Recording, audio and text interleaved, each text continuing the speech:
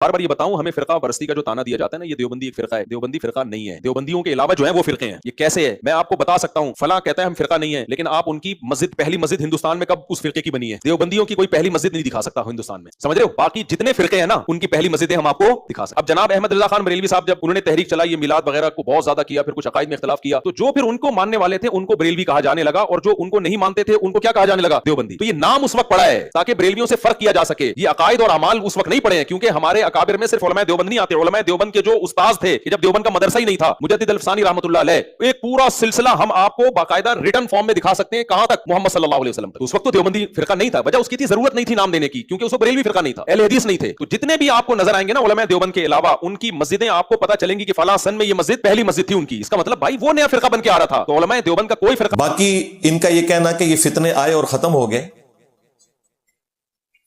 तो एक बहुत बड़ा फितना जो तुम्हें खा गया, उसने तो साबित किया है कि फितने खत्म नहीं हुए, बल्कि तुम लोग वक्त के साथ साथ खत्म होते जा रहे हो। और वो फितना 8 से 150 साल पहले आया, मदरसा देवबंद की शक्ल में। 1867 में मदरसा देवबंद बना। उससे पहले सब कॉन्टिनेंट की अक्सरियत यही बरेलवी अकीदे ही रखती थी, सूफियों वाले। ये कराची का मुफ्ती झूठ बोल रहा है कि पहले जो हनफी थे वो देवबंदी हुआ करते थे, मदरसा तो बाद में बना, अकीदे उनके थे। बिल्कुल झूठ बोल रहा है।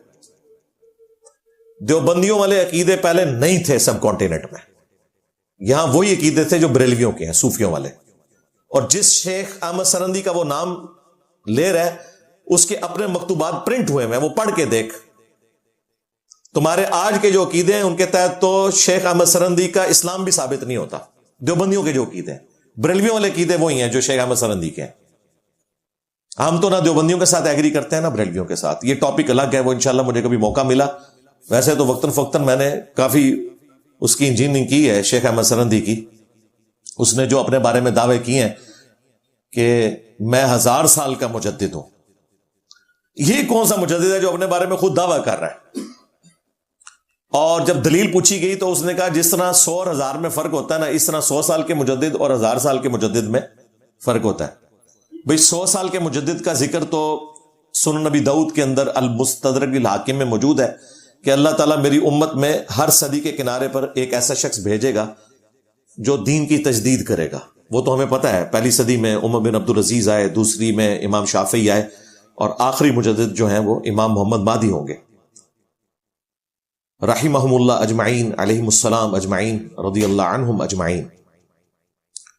लेकिन बीच में आपने अपने अपने मुजद्दिद बनाए हुए हैं, और 1000 साल का मुजद्दिद उसने खुद अपने आप को डिक्लेयर किया, और वो अपने मकतूबात में लिखता है कि मुझे अल्लाह से उम्मीद है कि जो मुझे ताकतें और शानें मिली हैं, इनका बहुत सा हिस्सा जो है वो इमाम मादी को भी मिल जाएगा।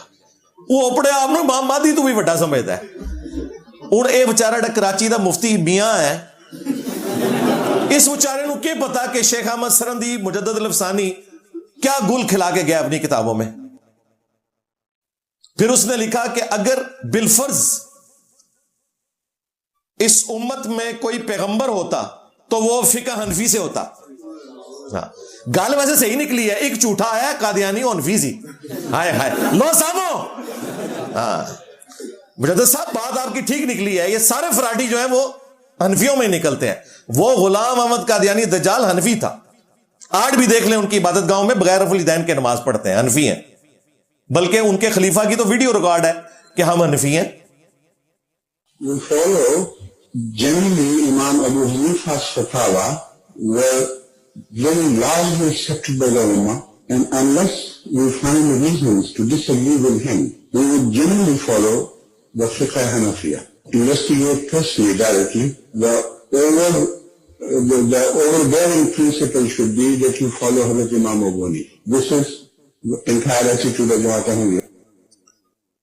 फिर शेख अहमद सरंदी ने कहा कि ईसा इब्ने मरियम भी जब दुनिया में आएंगे तो हमने कश्फ के जरिए देखा है कि वो फिका हनफी के मुताबिक अमल करेंगे, वलियाज़ु बिल्लाहि ताला। फिर उसको शर्म आई कि ये बात मेरी पकड़ी जाएगी। फिर साथ इनका तरीका वारदात ये होता है कि एक कोई अजीब सी स्टेटमेंट दो, फिर उसे बैलेंस करने के लिए ना कोई साथ कोई चूहा भी छोड़ दो। तो साथ चूहा छोड़ दिया, نہیں، وہ مقلد نہیں ہوں گے، ان کا اجتہاد امام حنیفہ کے ساتھ میچ کر جائے گا. یار امام حنیفہ کے اجتہاد کا تو آج کے دور سے کوئی لینا دینا نہیں ہے، کیونکہ آج کے دور کے میکسیمم مسائل جو ہیں وہ امام حنیفہ کو تو پتہ ہی نہیں ہے. ویڈیو کیمرے کا مسئلہ، ہوائی جہاز میں نماز پڑھنے کا مسئلہ، انتقال خون کا مسئلہ، آرگن ڈونیشن کا مسئلہ، یہ تو آج کے مسائل ہیں. اجتہاد تو قیامت تک جاری ہے. تو یہ لوگ تو حضرت عیسیٰ ابن مریم کو بھی حنفی بنائے بیٹھے ہوئے ہیں. یہ جناب ان کے مجدد الافسانی کی حالت ہے. ابھی تو میں اس کی اور جو گستاخانہ چیزیں وہ ہائی لائٹ کروں تو 1 گھنٹہ مجھے چاہیے. وہ آپ مکتوبات اس کے پڑھیں نا، ہمارے کوئی اسٹوڈنٹ عام بھی پڑھے تو وہ اس کا پوسٹ مارٹم کر سکتا ہے.